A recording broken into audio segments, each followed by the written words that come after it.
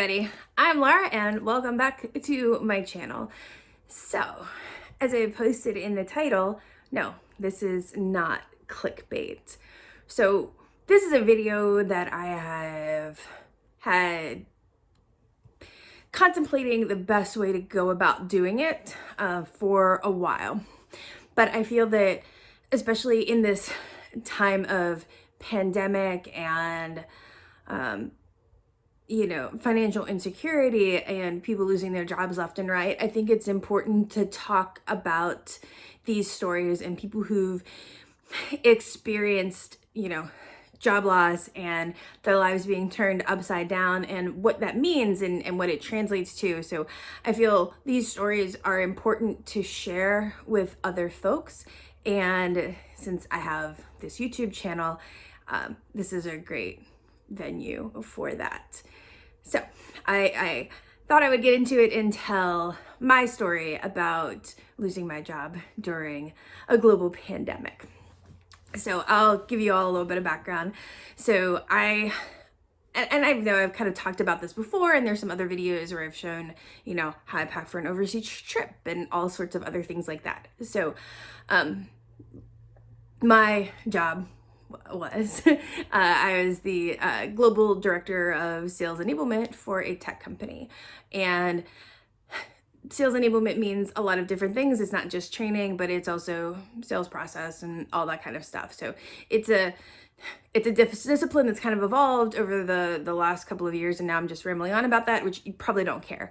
Anyways, so I started out my career in a couple of different ways, but I started in sales, then I was a corporate sales trainer, went and did sales enablement, then I left to be a frontline sales manager and manage teams, and then I was sucked back into sales enablement at my last company.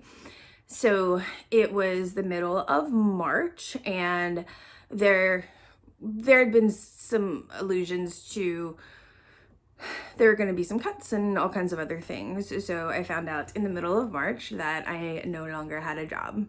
I was thankful to have received some severance, but it wasn't a very long amount, and I'm the primary earner in our family, and my husband and my daughter are on my healthcare, our healthcare. And, so the ramifications of, oh shit, Laura doesn't have a job anymore.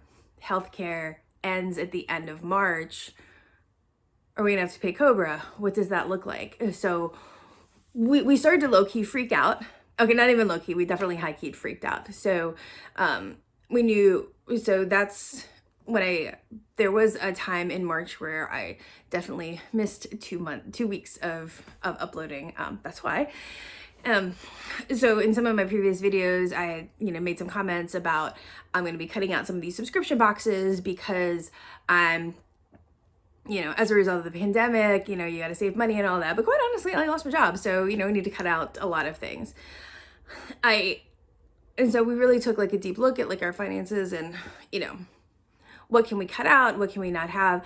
I will say that for some folks, a lot of the government actions as a result of people losing their jobs in this pandemic were certainly helpful, right? Unemployment in the state of North Carolina is not a lot of money. It's something like $380 or $350 a week, which is not a lot, right? So the fact that, coupled with the extra $600 a week that the government, the federal government was providing, it was definitely a much better situation than, during any other time. So anyways, we took a look at, let's take a look at the severance. Let's take a look at, what other money comes in. Let's take a look at our, bank accounts and what we got and what can we cut. It just so happened that, found out on a Friday, and then the following Friday, Morgan's daycare closed, right? So then we found ourselves with, okay, well, we don't have daycare, which is fine because then we don't have to pay out that money for daycare. What does that look like? And so forth. So we're like, okay, we got to figure out what this looks like. So we made some cuts and, kind of freaked out a little bit. And then it was, okay, we freaked out. we figured it out. Now what happens next? And my husband was very concerned. He's like, you lost your job in the middle of a global pandemic. Like, people aren't getting hired, companies are cutting back. What does that mean? And I think for me, I think the good part is I'm overly optimistic about a lot of different things, which I guess is a good thing, right? And I said, no, don't worry about it. I said, I'll be good. Because my background is sales enablement as well as sales management, it puts me in a little bit of a different situation, because it's really, really helpful to have sales management experience when you are training and enabling folks, because you have a much deeper sales empathy empathy for the sales department and like what they go through, versus if you just having always been a trainer. Not to say that they aren't empathetic to the plight of sales folks. It's just a slightly different thing, and it helps. It doesn't hurt. Let's put it that way. It does not hurt. So it was on a Friday. Saturday, I looked at my husband and I said, we might want to think about not living in North Carolina any longer. And he's like, well, what do you mean? And I said, well, the work you do doesn't require you to be here. And now I don't have a job. So, what if we moved? What if we opened up our options and took a look at other areas? And so we sat down and we thought about, okay, well, yes, obviously I'm going to continue to search for opportunities in North Carolina, but in addition to that, we're going to expand that search. So we decided we knew that we never ever wanted to go any further south than we are now. This is great, but I don't need to go any further south. We thought we probably would only go as west as Chicago, possibly, but as far northeast, all the way up, not a problem. So we kind of identified like the upper right quadrant of the United States as to where I was going to center my searches. And the four main areas that we were looking at was Northern Virginia, which is, probably at the bottom of my list. It wasn't quite north enough for me. Philadelphia, Pittsburgh, because my family is there. Unfortunately, Pittsburgh does not have, it has a growing tech market, but not a whole lot. It's mostly healthcare. So there's not really a lot of what I do there. And then Boston area. So I said, okay, first thing, let's take a look and figure out how I can utilize the network that I have here in North Carolina. So I reached out to a couple of folks that I knew, connections and companies, and I started looking for a new job. I will tell you that my job search usually, it's always been, it focuses really mainly on like LinkedIn and opportunities there. So I had a couple of different searches that I was running in different areas, looking for different combinations of words: director, sales, enablement, manager, training, all of those combinations. And I had myself set up to receive daily alerts as to, what positions were out there. Because even then, mid-March, there were companies who were definitely still posting. They hadn't taken the time. That was at the start of everything, so people hadn't really started to take things down yet. But as we went through, obviously more and more places were, taking down postings, reevaluating, what was important and all that. So I had my job searches set up. Also, the other thing that I always do is I keep a running spreadsheet of the places that I've applied, who I've reached out to, and so forth. The other thing that I always do when I'm doing a job search on LinkedIn or Indeed or wherever, I've always had much better luck like locating jobs and making connections on LinkedIn. I have something like 2,000 connections on LinkedIn. So there's a decent chance that I might have a connection who knows somebody in a place that I'm applying. 2,000 isn't a ton on LinkedIn by any stretch of the imagination, but it's it doesn't suck either. So usually what happens is when I see a position and I'm like going, right? So usually what happens when I see a position open, I see who the job poster is and that recruiter, and then I'll send them an in-mail in LinkedIn to see, just to see what's up. So, and I also changed my setting, my profile setting to say that I was looking for new opportunities. I, in addition to, you know, looking on Indeed, I signed up for the ladders, and there was a couple of other places that were sending me like job alerts. I will say that I absolutely consider myself to be very fortunate to have engaged in conversations with multiple recruiters about multiple positions. And oddly enough, I didn't get any response in North Carolina.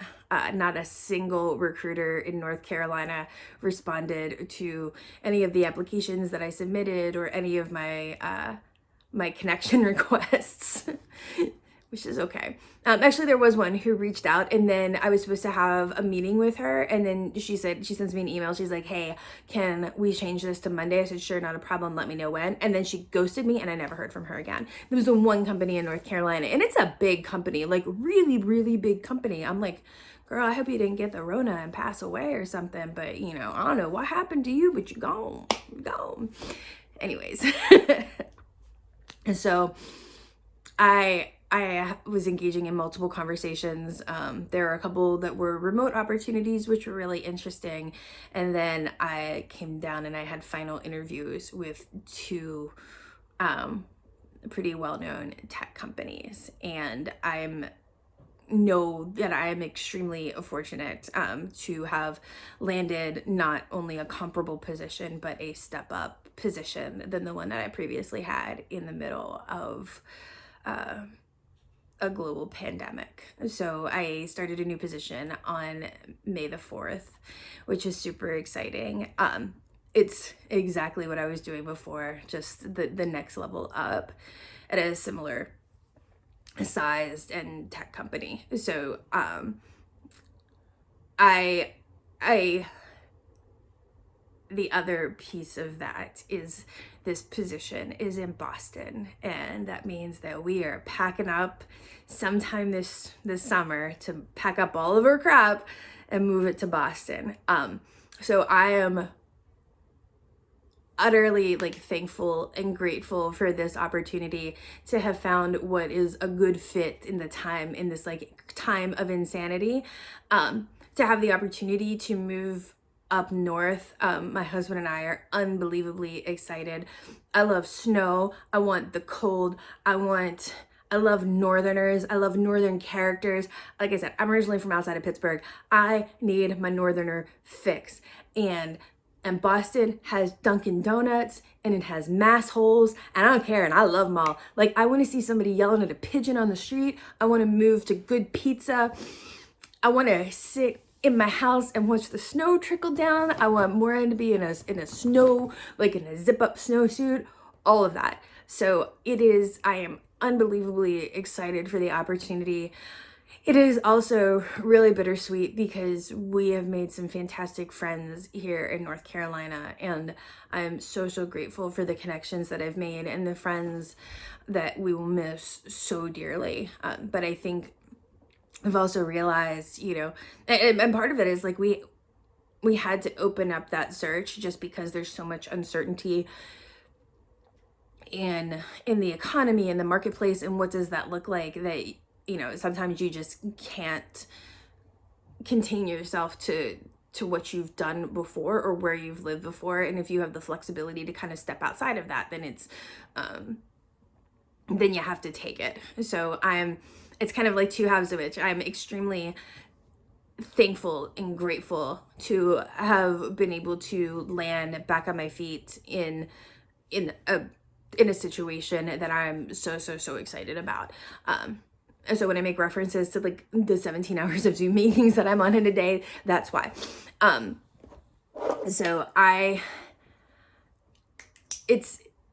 wanted to do this, and now I'm kind of rambling at this point, but I really wanted to do this just to say, like, I think a lot of times you watch the news and it's like, oh crap, everything's going to hell in a handbasket, and people are losing their jobs left and right, and there's, you know, 30% unemployment, and, you know, there's no way we're going to recover. But I just wanted to say, like, there's definitely a light at the end of the tunnel, and there are pockets of brightness today as well. I think it's, you know, it's really hard right now, and things are batshit crazy, but you know, it's gonna get better, and there are definitely pockets of better places. And you know, so I would say like don't give up, or like don't give up hope, because you're absolutely gonna, you know, we're gonna come out of this better than we did before as a society. So yeah, so that's it. So to sum it up, I lost my job, I interviewed, and I got a new job. And I'm, like I said, I am very thankful that I was only out of work for about 6 weeks. FYI, we did not buy the Cobra, because Cobra was $2,100. It was $2,100 for Cobra for April. And I told my husband, like, we're gonna pay out of pocket, because anything that we incur that's under $2,100, I'm like, don't, like, obviously, like, it was, you could retro Cobra. So like if he ended up in the hospital or something, or like somebody broke a leg or got hit by a bus, then absolutely, then, you know, we pay the $2,100 so that we didn't have to pay like $7 million for like, you know, a leg transplant or something like that. But I was like, don't you get sick. Don't you get the Rona. Anyways, and healthcare started again on May 4th, thank God. Right. So I'm sorry, I just went off on Cobra right there. So anyways, in summary, lost my job, got a new job, very thankful that it was only about 6 weeks. And we're moving to Boston.